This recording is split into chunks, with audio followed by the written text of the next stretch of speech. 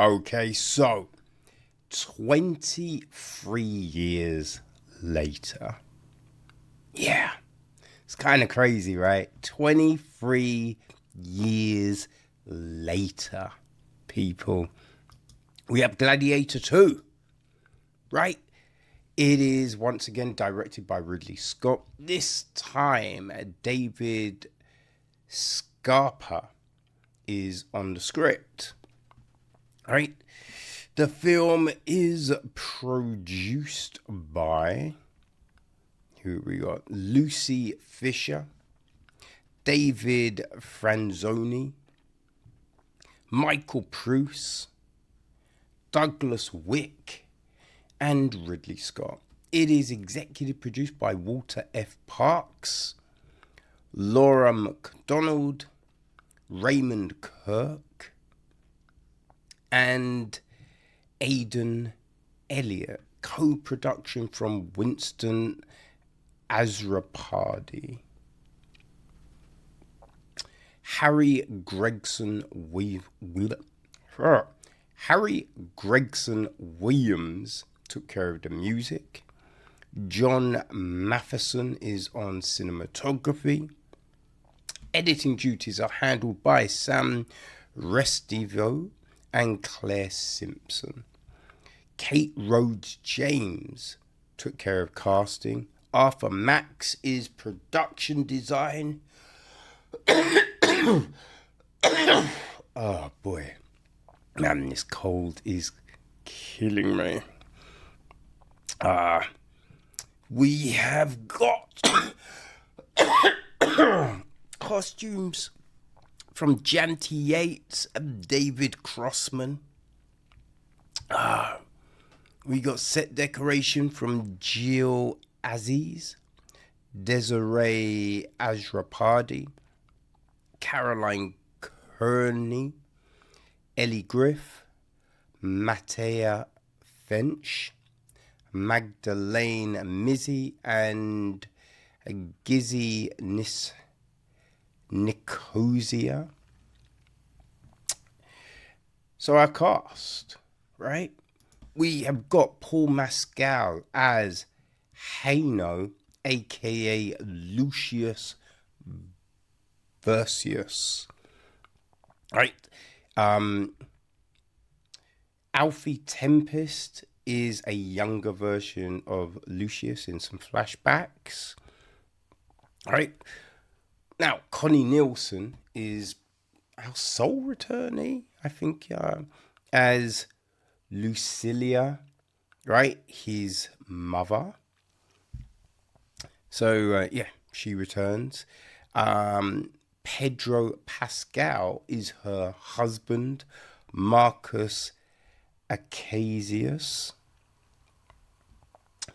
We've got Denzel Washington as Macrinus. We've got the Emperor Geta as Joseph Quinn. And Geta's brother, Emperor Caracalla, played by Fred Hechinger. So, it's based on real people, you know. We've got Law Raz as Vigo. Derek Jacobi as Senator Gracious. Peter Mensas as Jabartha. Matt Lucas as Master of Ceremonies. Alexander Karim as Ravi. Tim McInnery as Senator Fraxus. Rory McCain as Tegula. Yovel Goonan as Arishat. That's Lucius's wife. We meet at the start. Alec Ulguth as Darius. And Jan Gael as a Bostar. So, I think that's You know, the Chai Lewis Parry as Phoebus. I feel Chai Lewis Parry was a kickboxer. I think that's correct. Maybe I'm wrong. Dorso, played by Dean Fagan. Rihanna Deuce is Hyacinthia.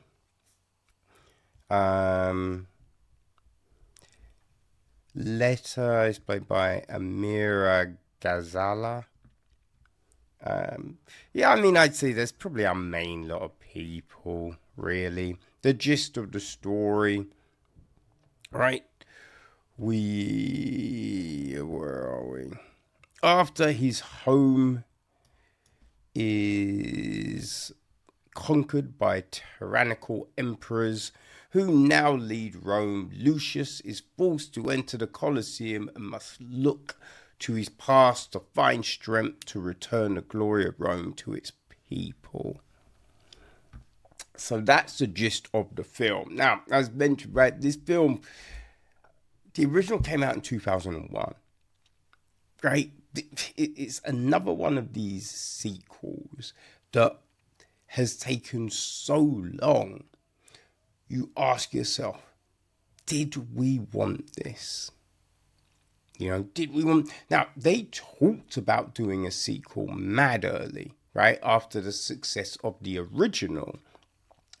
But some of the ideas that were getting thrown out there, like set in the afterlife with Maximus, you know, doing all of this, nothing really sounded feasible. So when they finally were like, yes, we're doing it, it was a bit like, how, right? What's this story saying? Is it going to warrant, you know, the feel, the excitement, the empathy? Is that going to transition? And I will say, watching this, right, the majesty, right, the scope, the scale, right, that all of that is still there. You know, you've got the magnificent sets, that's still there. Colosseum looks fantastic. You know, that's great. But I don't know about this story. Like, we've included elements like the boat battles, and the boat battles were good, right? This was an element of the Colosseum no one really knew for years, right? Then they realized, looking at the stone, water damage, right, finding new components in the Colosseum, right, that, yeah, they used to fill this thing up with water and reenact, you know, naval campaigns, which is insanity, right? So that element was, you know, fun, bringing that to bear. Like rhinos, now we knew they took animals from all over the place and brought them to the Colosseum. So adding a rhino, boom, yeah, makes sense. Makes sense. I don't know if they put sharks in the water. That seems like it did not happen. Trying to transport a shark, you know what I mean? Like, you're probably going to kill it, right? It's hard enough doing that shit now, right? So back then, I doubt there were sharks. I doubt there were sharks, you know? But we do have sharks in this one, which is, it does add to the goofiness, right? It does add to the goofiness. Now, we also get a lot of aping, you know, and that's not the apes and baboons and the monkeys they brought to the Colosseum. I'm saying we're getting a lot of duplication on scenes and, moments from the first film, right? Just in the way it opens, We're setting Lucius as, in his Hanno guise as being this farmer, right? Now, it's all well and good, right? But, to be a soldier, to use swords and fight and all of this, you have to practice all the time. Because the muscles to wield these weapons, it's not like they knew how to make steel really light and all. No, these were heavy swords, right? You needed the strength to wield those, to block a shot, all of that kind of shit, right? So if you're not practicing every day, you're not going to be able to fight.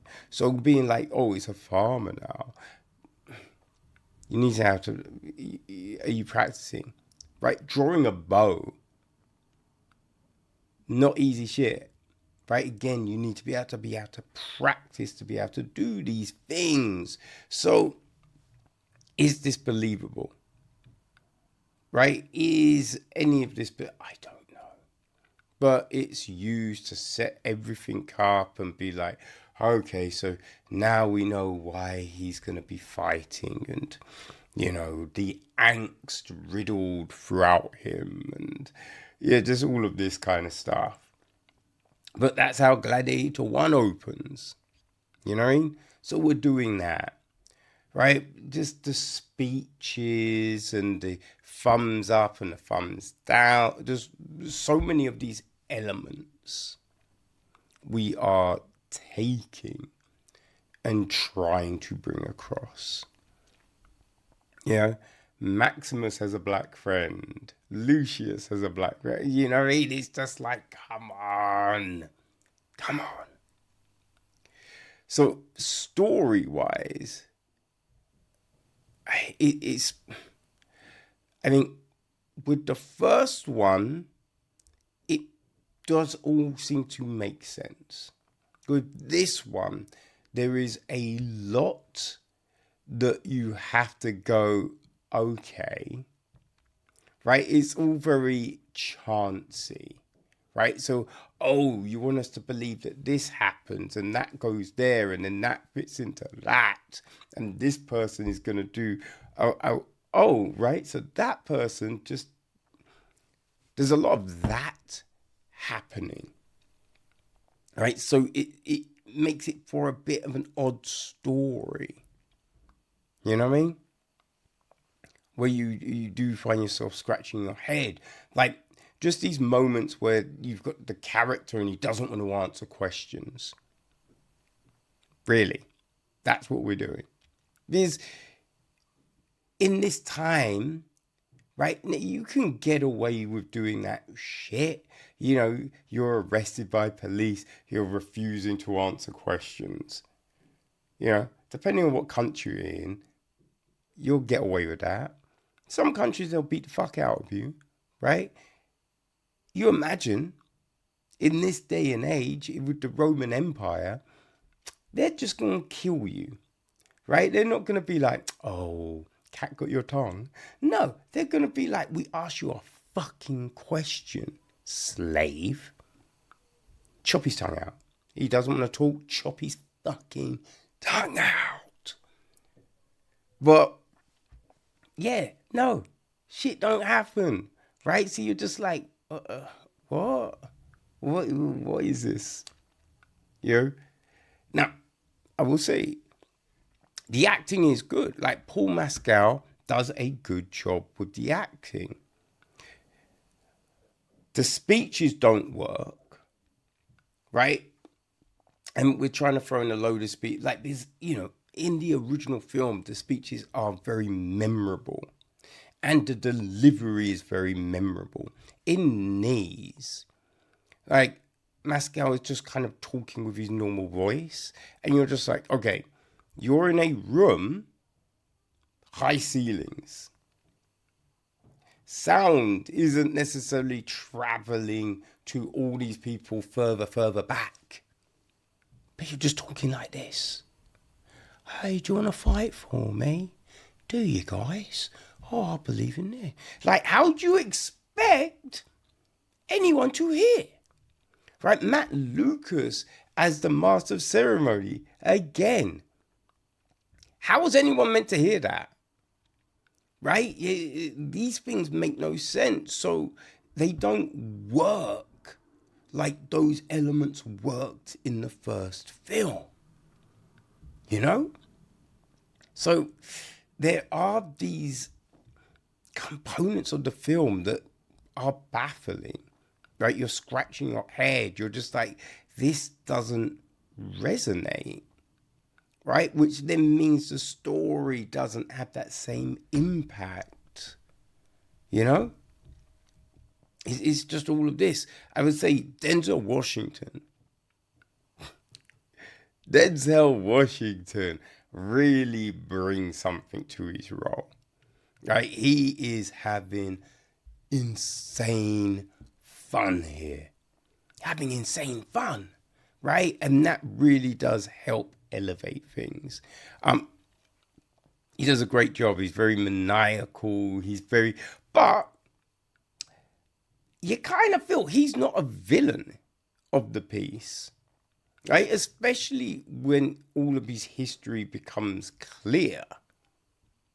So, yeah, you are very conflicted, and it does kind of make the things that go down where you're like, really? We're going to do that? You know?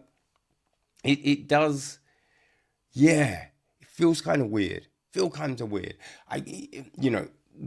this film, when it got finished made, that was not a sentence.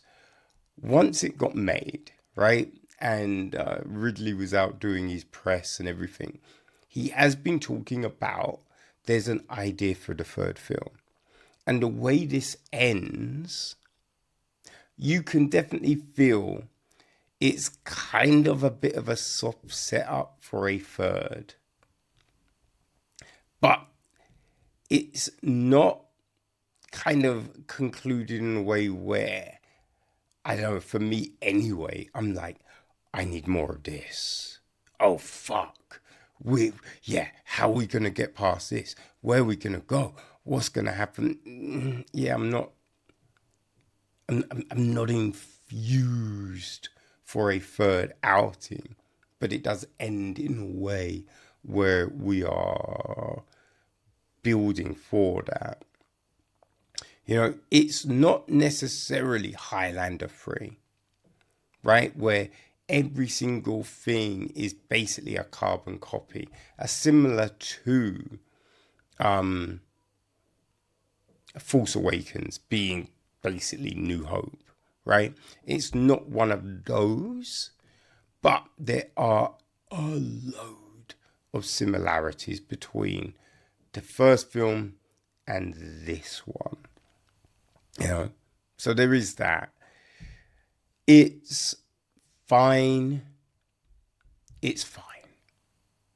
Am I going to be eagerly recommending this? No. Will I multiple watch this film? No. You know, I think I saw Gladiator twice in the cinema. I'm not seeing this again in the cinema. There's no chance. If I watch it again, it's probably going to be at least 10 years' time, right? At least. So, yeah, for me, it doesn't resonate like the first film. You know, the story doesn't come close. Acting is fine. Acting works. The scenery works. All of these kind of things work. Connie Nielsen doesn't look that much older. That's an insanity, right? Doesn't look that much older. I think the gist of the story of what happened to Lucius doesn't necessarily hold up. Holds up for a minute, but time-wise, you are still like, okay, but, and then? right? So yeah, Gladiator 2. I wasn't, you know, I wasn't expecting anything crazy. I was hoping it would deliver. It doesn't really. Doesn't really. It's passable, you know? It's passable. But just that. Just that. Now, it's better than things like Clash of the Titans, right? It's better than things like that. But, you know, it kind of would fit into the realm of the Spartacus TV series, just with better effects, right? So yeah, if you enjoyed the Spartacus TV series, you'll probably enjoy Gladiator 2, but don't expect anything anywhere near the same degree as Gladiator 1, okay? It's probably going to be in cinema for the rest of the year, so if it feels like it's for you people, go enjoy Gladiator 2.